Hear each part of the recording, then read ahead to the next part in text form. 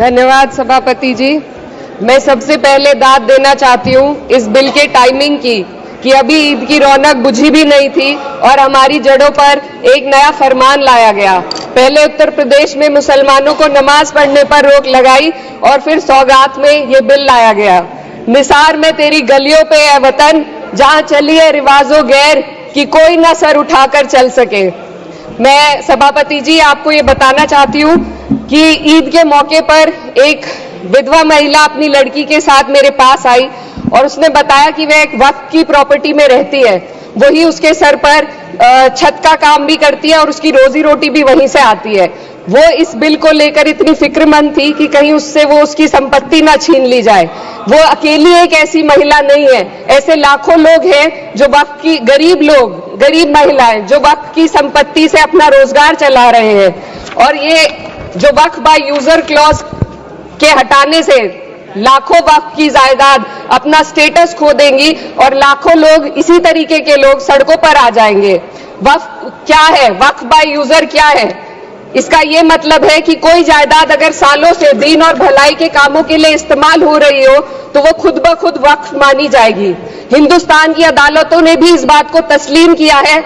Waqf by user सिर्फ वक्फ board को ही मिली कोई खास सौगात नहीं है, ये बल्कि सभी अन्य धार्मिक ट्रस्टों को परंपरा और यूज के आधार पर बिना किसी डॉक्यूमेंटेशन के धार्मिक चरित्र को डिक्लेयर करने का राइट मिला हुआ है। भारत के संविधान के आर्टिकल 13 क्लॉज 3 में कस्टम और यूसेज को कानूनी वैधानिकता प्रदान करता है। इसी आर्टिकल से वक्फ बाय यूजर भी निकला गया है।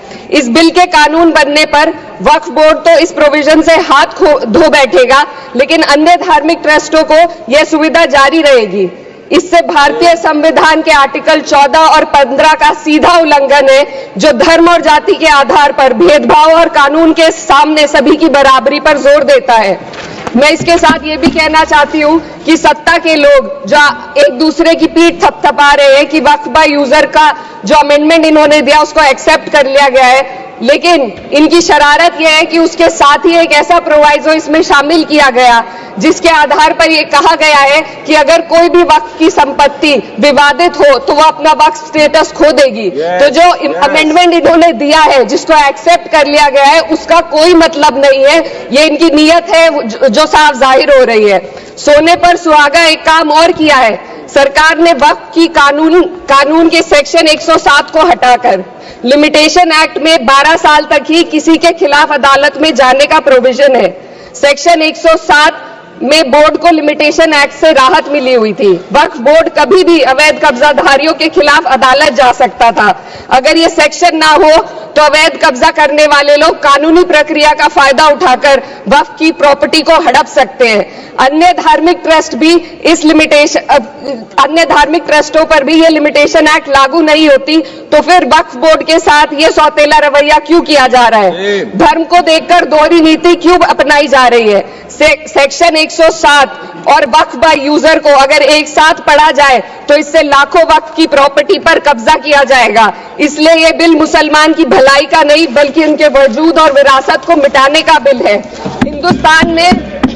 हिंदुस्तान में बहुत सारे धार्मिक ट्रस्ट हैं जिसमें उस खास मजहब के लोग शामिल होते हैं और उसका इंतजाम करते हैं, और ये बात समझ में आने वाली भी है क्योंकि जो व्यक्ति अपने मजहब के रीति रिवाज को जितना अच्छे से समझ सकता है, किसी अन्य मजहब का व्यक्ति नहीं समझ सकता।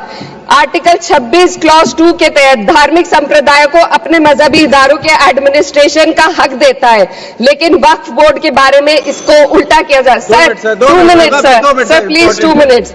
सरकार इसे एक सेक्युलर बॉडी मान रही है और इसमें गैर मुस्लिमों को शामिल करने की बात कह रही है। आपके मुंह से सेक्युलरिज्म की बात सुनकर अच्छा लगा, लेकिन अगले ही पल ये भ्रम टूट जाता है क्योंकि आपको सिर्फ दान देने के लिए प्रैक्टिसिंग मुस्लिम का आपने क्लॉज डाला है, लेकिन बोर्ड में बैठने के लिए मुस्लिम होने की कोई आपकी क्लॉज नहीं है। तो इससे आपकी जो दोहरी नीति है वो साफ जाहिर होती है।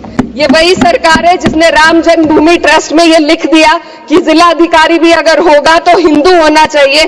कोई मुझे बताए कि वहां पर सेक्युलरिज्म का रस क्यों नहीं घोला गया? सर आखिर में मैं अपनी बात को खत्म करने से पहले महिलाओं का मुद्दा बार बार उठाया जा रहा है। सरकार का कहना है कि बोर्ड में मुस्लिम महिलाओं को रिप्रेजेंटेशन देंगे।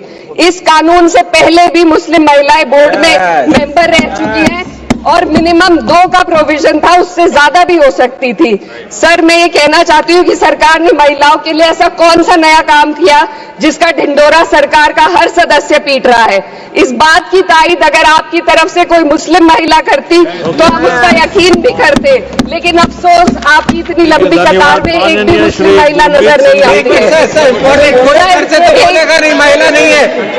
सर, मैं खुद एक मुस्लिम महिला हूँ, मैं सिर्फ सर, मैं माइनॉरिटी महिला हूँ। इस सदन में हम सिर्फ 2 महिलाएं हैं और उस नाते से मैं ये बात कहना चाहती हूँ कि इस बिल के माध्यम से मुस्लिम महिलाओं को कुछ नहीं मिल रहा है, ये हमें कुछ नहीं देना चाहते, सिर्फ टोकनिज्म हमारे नाम पर बनाकर एक नैरेटिव मीडिया में फैलाना चाहते हैं। तो ये बिल मुसलमान की भलाई का नहीं, उनकी पहचान को मिटाने का है।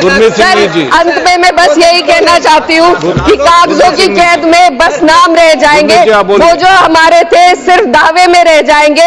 इस बिल के द्वारा मीठी ईद के जायके को कड़वा करना, यही असली सौगाते मोदी था। बहुत इस देश में 2 तरह के लोग इस वक्त संशोधन विधेयक के खिलाफ हैं। एक वैसे लोग जो अपने वोट के लिए धार्मिक मामलों का इस्तेमाल करते हैं, वो इसके विरोध में है और वो इसके विरोध में माहौल खड़ा कर रहे हैं।